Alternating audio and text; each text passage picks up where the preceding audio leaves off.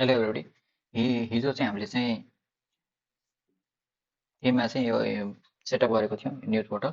अब आज चाहिँ हामीले चाहिँ त्यो कसरी चाहिँ अनलाइन होस्टिङमा चाहिँ त्यो होस्टिङ के अरे इन्फिनिटी फ्रीको एकाउन्ट बनाउन सकिन्छ भन्ने बारेमा हेर्दैछौँ है। त्यसको लागि अब कसैलाई यदि प्रब्लम छ भने मैले यहाँ भिडियो बनाइदिएको त्यसको लागि INFINET इन्फिनिटी फ्री भन्नेमा गएर सर्च गर्नु पऱ्यो गुगलमा। अनि यसलाई खोलौँ। खोलिसकेपछि अब यसमा रजिस्टर यदि बनाएको छैन भने एकाउन्ट बनाएको छैन भने रजिस्टर गर्नुपर्ने हुन्छ है। मैले चाहिँ बनाइसकेको भएर यहाँ रजिस्टर गर्न आएन है। अलरेडी लगइन भयो। यसलाई मैले साइन आउट गरेँ भने यहाँनिर रजिस्ट्रेसन स्क्रिन लगइन स्क्रिन खुल्यो। रजिस्टर गर्नको लागि चाहिँ साइन अप स्क्रिनमा गएँ। अनि यहाँ मैले इमेल राख्नु पऱ्यो आफ्नो होइन। त्यही अनुसार नयाँ पासवर्ड बनाउनु पऱ्यो। पासवर्ड राख्दाखेरि चाहिँ कमन पासवर्ड राख्यो भने चाहिँ दिँदैन। अलिकति स्पेसल क्यारेक्टर @ टाइपको राखेर नम्बरहरू पनि राख्यो भने चाहिँ अनि यसले एक्सेप्ट गर्ने हुन्छ। अब यहाँ एकाउन्ट बनाइसकेपछि साइन इन गर्नुपर्ने हुन्छ। अब एकाउन्ट बनाउँदाखेरि चाहिँ इमेल चाहिँ आफ्नो एक्चुअल इमेल युज गर्नु पऱ्यो जहाँ चाहिँ हामीले पासवर्ड चाहिँ सरी भेरिफिकेसन लिङ्क चाहिँ रिसिभ गर्न सकौँ। पछि हामीले भेरिफाई गरेनौँ भने चाहिँ यसले लगइन एसेस दिँदैन है। त्यो चाहिँ ख्याल गर्नु पऱ्यो। त्यसपछि हामीले लगइन गर्न सकिन्छ, साइन इन गर्न सकिन्छ। अब यसमा चाहिँ आइडी पासवर्ड राख्नु पऱ्यो। राखौँ। आइडी पासवर्ड राखिसकेपछि अब किप मी लगइन राख्यो भने भइहाल्छ। अनि यो क्याप्चा पनि भेरिफाई गर्नु पऱ्यो है। लगइन गरिसकेपछि अब यहाँ मसँग अलरेडी एउटा होस्टिङ एकाउन्ट छ है। अब मैले होइन फेरि मलाई होस्टिङ एकाउन्ट बनाउनु छ भने पनि मैले बनाउन सकेँ। 3टासम्म बनाउनु मिल्छ। अहिले क्रिएट एकाउन्ट भन्ने बटनमा थिच्नु पऱ्यो। अब कस्तो होस्टिङ एकाउन्ट बनाउने हो त भन्दाखेरि अहिले हामीलाई $0 चाहिँ होस्टिङ एकाउन्ट बनाउनु छ। अब त्यही भएर हामीले क्रिएट नाउ गर्नु पऱ्यो। अब यसले भेरिफिकेसन गर्दैछ। ओके, क्रिएट नाउ गरिसकेपछि अब हामीलाई सबभन्दा पहिला होस्टिङ चाहिँ युज गर्नको लागि चाहिँ कुन डोमेन नेममा चाहिँ युज गर्ने त होस्टिङ भनेर हामीलाई यहाँ होस्टिङको लागि डोमेन नेम चुज गर्न दिएको आएको छ। अब डोमेन नेम यसले चाहिँ फ्रीमा दिन्छ हामीलाई, सब डोमेन दिन्छ। अब सब डोमेन हामीले बनाइदिउँ एउटा e commerce e commerce e commerce dot त्यही हिजोको डोमेन युज गर्छु म 42web.io। यसलाई म चेक गरौँ है एभाइलेबल छ कि छैन।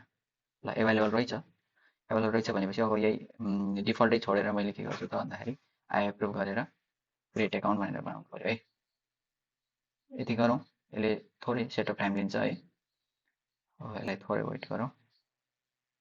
The page will automatically continue, आफै कन्टिन्यू हुन्छ भनेर भनिरहेछ। Let's C.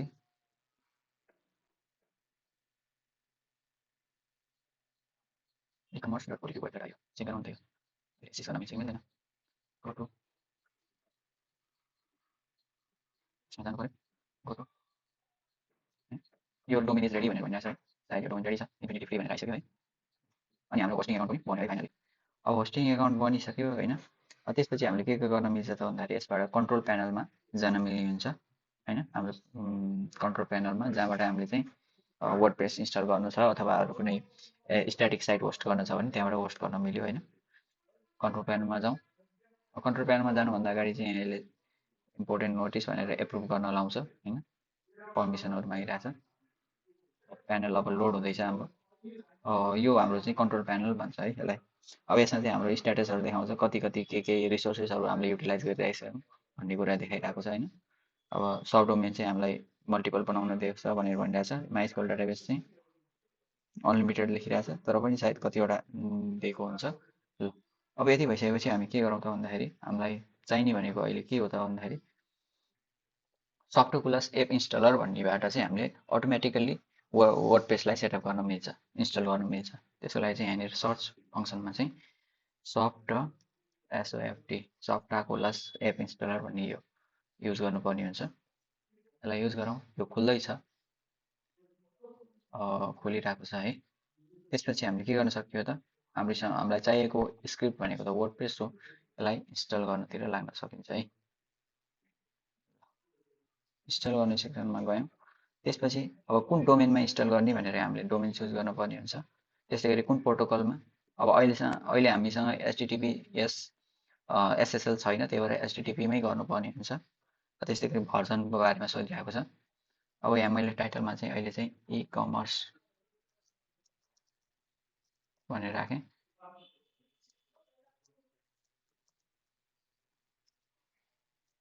वेस्ट भनेर राखेँ। अब एडमिनमा चाहिँ इ कम एडमिन भनेर राखेँ। अब पासवर्ड त यही राखिदिउँ, केही भएन। त्यसपछि अब यसमा चाहिँ के गरौँ त भन्दाखेरि अहिलेलाई सिम्पली इन्स्टल गरौँ। पासवर्ड चाहिँ कपी गरेर राख्दिउँ है।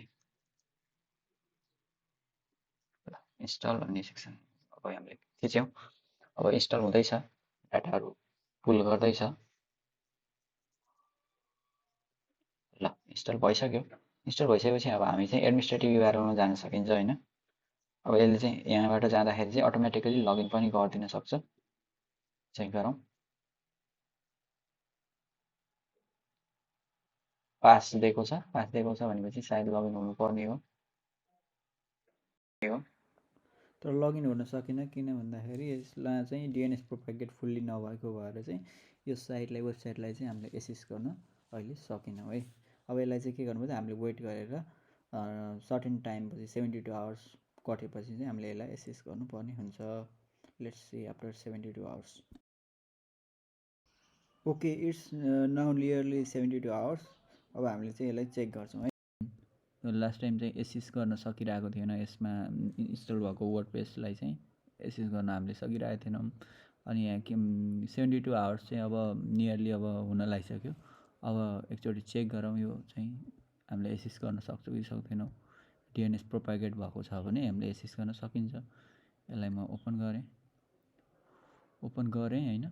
ओपन गरेपछि मैले यहाँ के भेटाएँ त भन्दाखेरि यसलाई मैले एसेस गर्न सकिरहेको छु।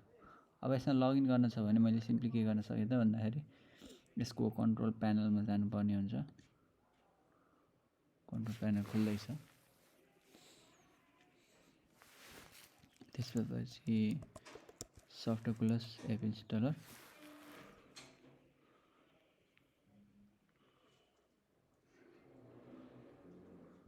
है हामीले अलरेडी एउटा इन्स्टल गरिसकेका छौँ। यसलाई खोलौँ।